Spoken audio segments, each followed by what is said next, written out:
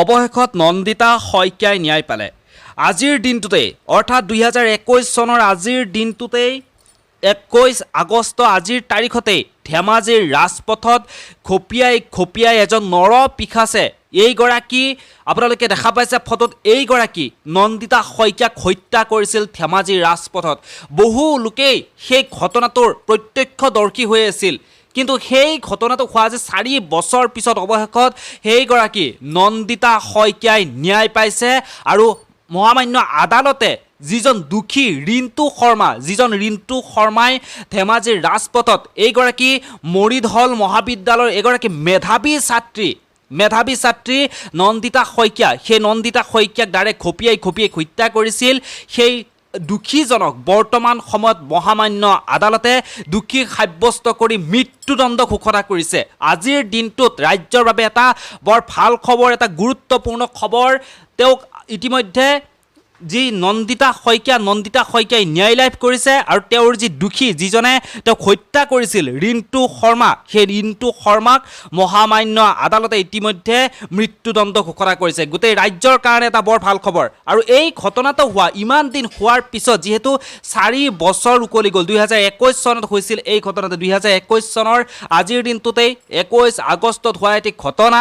ইমান লেহেমীয়া গতিত যদিও ঘটনাটোৰ প্ৰক্ৰিয়াবোৰ চলি থাকিল, বিচাৰ প্ৰক্ৰিয়াবোৰ চলি থাকিল, তথাপিও কিন্তু শেষত গৈ এটা ভাল ৰিজাল্ট পোৱা গ'ল। এনেধৰণৰ ঘটনাবোৰ আমাৰ সমাজখনত প্ৰায়ে আমি হৈ থকা শুনিবলৈ পাওঁ। কিছু ঘটনাৰ কিন্তু এনেকৈ ন্যায় দেখা পোৱা নাযায়। আৰু অৱশেষত আজিৰ যি খবৰে কিন্তু সকলোকে বৰ্তমান সময়ত আনন্দ দিছে। সকলোৱে যেতিয়া ৰিণ্টু শৰ্মাক মহামান্য আদালতে মৃত্যুদণ্ড ঘোষণা কৰিছে, তাৰপিছতে সকলোখিনি কিন্তু বৰ্তমান সময়ত উৎফুল্লিত হৈ পৰিছে। পুনৰবাৰ আপোনালোকক জনাইছোঁ এটা গুৰুত্বপূৰ্ণ খবৰ। বহুতেই হয়তো সেইগৰাকী নন্দিতা শইকীয়াক পাহৰি গৈছিল। এটা সময়ত সেই সময়খিনি 2021 চনৰ 21 ডিচেম্বৰৰ তাৰিখৰ সেই সময়খিনিত কিন্তু চাৰিওফালে এইগৰাকী ছোৱালীক লৈ, যিগৰাকী ছোৱালীক আপোনালোকে বৰ্তমান প্ৰত্যক্ষ কৰি আছে স্ক্ৰীণত, এইগৰাকী ছোৱালীক লৈ চাৰিওফালে চৰ্চা আৰম্ভ কৰিছিল। তাই সকলোৰে ওচৰত বহুতো প্ৰত্যক্ষদৰ্শীয়ে তেওঁক চাই আছিল সেই ঘটনাটো, কিন্তু তেওঁলোক কোনেও আগবাঢ়ি অহা নাছিল। প্ৰত্যক্ষদৰ্শীসকলে চাই আছিল। তাৰপাছত অৱশেষত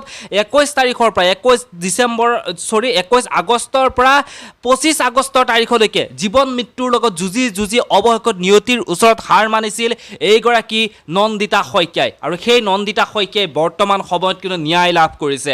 ইমানবোৰ সাক্ষী থকাৰ পিছতো, ইমানবোৰ মানুহে সেই ঘটনাটো প্ৰত্যক্ষদৰ্শী হৈ থকাৰ পিছতো এই ঘটনাটোৰ বিচাৰ প্ৰক্ৰিয়া ইমান দিন, এই 4 বছৰ ইমান লেহেমীয়া গতিত কিহৰ কাৰণে হ'ল, সেয়া কথাও কিন্তু বৰ্তমান বহুতেই কিন্তু প্ৰশ্ন তুলিছে। বাকী যিয়ে নহওক, এই খবৰটো শুনি আপোনালোকে সকলোৱে নিশ্চয় আনন্দ পাইছে। এই খবৰটোৱে সকলোকে বৰ্তমান সময়ত আনন্দ দিছে। আৰু নন্দিতা শইকীয়াই য'তেই আছে, যেনেকৈ আছে, তেওঁ শান্তিৰে থাকক তাৰে কামনা কৰিছে। আৰু আমাৰ সমাজখনত এনেবোৰ ঘটনা যাতে পুনৰাবৃত্তি নহয়, তাৰ বাবে আমি সকলো সাৱধান হৈ থকাটো উচিত। আৰু এনে ঘটনাবোৰ হ'লে সেই ঘটনাবোৰ বিচাৰ প্ৰক্ৰিয়া যাতে খুব ক্ষিপ্ত গতিত হয় আৰু দুখীয়ে যাতে কঠোৰতকৈ কঠোৰ শাস্তি পায়, তাৰ বাবে আমাৰ আইনী প্ৰক্ৰিয়াবোৰ আৰু বেছি শক্তিশালী হোৱাটো প্ৰয়োজন বুলি মই ভাবোঁ। বাকী এই প্ৰতিবেদনৰ পৰা ইমানতে বিদায় লওঁ। পুনৰ লগ পাম। ধন্যবাদ।